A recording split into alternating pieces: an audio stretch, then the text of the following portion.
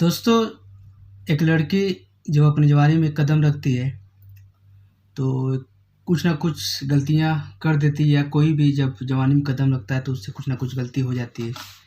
तो आज की वीडियो कुछ एक ऐसी कहानी के बारे में है जिसमें एक लड़की मोहब्बत करती है और उसके घर वाले अपनी इज्जत बचाने के लिए उसे ज़बरदस्ती शादी कर देते हैं। और शादी बाद वो लड़की ऐसा कांड करती है जिसको सुनकर आपके पैरों के तले ज़मीन हिल जाएगी। तो हेलो दोस्तों, वेलकम बैक अपने YouTube channel the Hindi gadget news and analysis में। आइए वीडियो शुरू करते हैं। दोस्तों, शाहजहाँपुर का रहने वाली है आरती, जिसकी शादी उत्तर प्रदेश के बरेली ज़िले के थाना फतेहपुर गांव शिवपुरी के रहने वाले रामवीर के साथ हो जाती है। रामवीर जो यूपी के रहने वाले हैं, बरेली के, आरती शाहजहाँपुर के। शादी के बाद दोनों नॉर्मल ज़िंदगी जीते हैं और तकरीबन 2 सालों के बाद कुछ ऐसा होता है जिसके दोनों की ज़िंदगी में भूचाल आ जाता है। यहाँ दोस्तों 20 सितंबर 2023 यानी पिछले 1 महीने या 1.5 महीने पहले की घटना है। और जब फ़ोन आता है दोपहर को रामवीर के मोबाइल पर, रामवीर जब मोबाइल उठाते हैं तो उस पर सामने वाला व्यक्ति पता नहीं क्या कहता है और वो निकल जाते हैं। निकलने के बाद शाम हो जाती है, उनके घर वाले परेशान हो जाते हैं, वापस नहीं आते हैं। अगले दिन इनके जो छोटे भाई है रामवीर के, अशोक इनका नाम है, उनको महेशपुरा रेलवे क्रॉसिंग के पास डेड बॉडी होने की खबर लगती है। अशोक डर के मारे महेशपुरा रेलवे क्रॉसिंग के पास पहुंचते हैं। अशोक ने जब देखा तो उन्हें यकीन हो गया कि ये मेरे भाई हैं। पुलिस ने उनका मामला जो बयान था उनको दर्ज करके बॉडी का पोस्टमार्टम करा के परिवार को सौंप देती है। एक दिन अशोक जाते हैं थाने और बताते हैं कि मेरे भाई ने सुसाइड नहीं किया था, असल में वो एक मर्डर था। पुलिस ने बताया कि आखिर आप ऐसा क्यों कह रहे हैं, तो अशोक ने बताया कि 20 सितंबर को मेरे भाई पे एक फ़ोन आया था, हो सकता है वही जो फ़ोन किया था व्यक्ति कातिल हो। जब पुलिस ने ऐसा सुना तो अज्ञात लोगों के खिलाफ मामला दर्ज कर लेती है, जिसमें 302, 120 बी, 134 का जो अलग अलग संगीन धारा है उसमें मामला दर्ज कर लेती है। और जब फ़ोन नंबर का डिटेल खंगालती है तो सबसे लास्ट जो फ़ोन आया था उस व्यक्ति को निकालती है।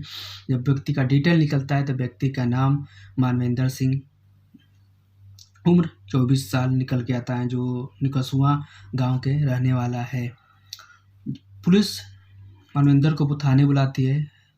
मानवेंद्र को थाने जाता है और पुलिस जब पूछती है कि तुमने फ़ोन किया था, कुछ मामला है, मानवेंद्र कहता है कि ऐसा कोई मामला ना है, जी हाँ मैंने फ़ोन किया था और वो फ़ोन दोपहर के टाइम किया था और बोला था, और रिश्ते में जो रामवीर हैं वो मेरे मामा लगते हैं, हम दोनों ने साथ बैठकर पार्टी उटी की, शराब वराब पी, उसके बाद वो गाड़ी लेके निकल गए। पुलिस ने ये मामला दर्ज करके उनको वापस भेज दिए जा मतलब उनको वापस भेज देती है।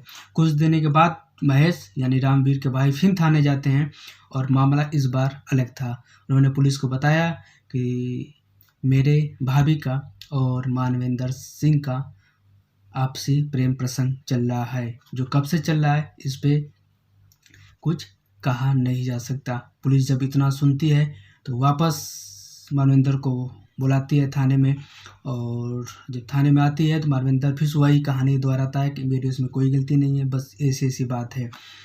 लेकिन जब पुलिस कड़ाई करती है तो मानवेंद्र ने पूरा जो कहानी था वो बयां कर दिया। असल में क्या है कि मानवेंद्र के हिसाब से जब बताता है कि मैं जहाँ आरती शाहजहाँपुर की रहने वाली है, जो 2018 में हम लोग मिले थे, तिलारपुर थाना धनुकपुर के रहने वाली है आरती, जो रामवीर की पत्नी है। अभी रामवीर का जो मर्डर हुआ उसकी गुत्थी सुलझने वाली थी। पुलिस ने जब मानवेंद्र से पूछा तो मानवेंद्र ने बताया कि जहाँ की आरती रहने वाली है यानी तिलार थाना धनुकपुर, वहीं मेरे मामा यानी ननिहाल भी है, मैं वहीं रहकर पढ़ाई करता था।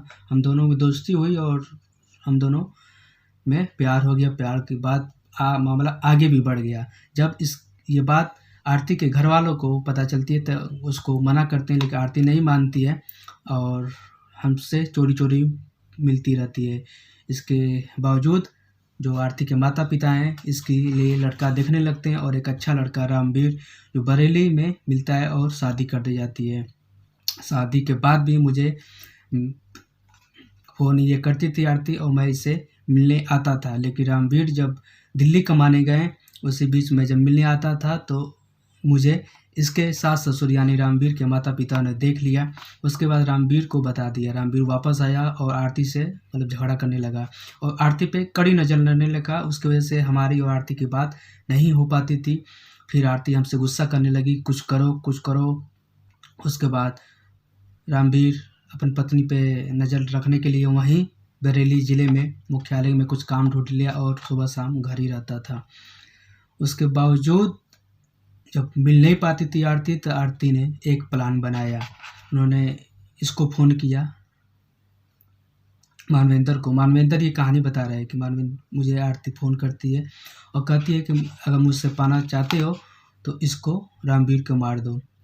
मानवेंद्र कहता है ये सब गलत बात है, अगर मुझसे सच्ची मोहब्बत करती हो तो चलो भाग जाते हैं दोनों आदमी। लेकिन आरती नहीं मानती है। आरती मानती है कि अगर इसको जब तक मारोगे जब तक ये हमारा पीछा नहीं छोड़ेगा। आखिर हार मान के एक कहानी बनती है, एक मतलब प्लान बनाते हैं आरती और मानवेंद्र एक दिन फ़ोन करता है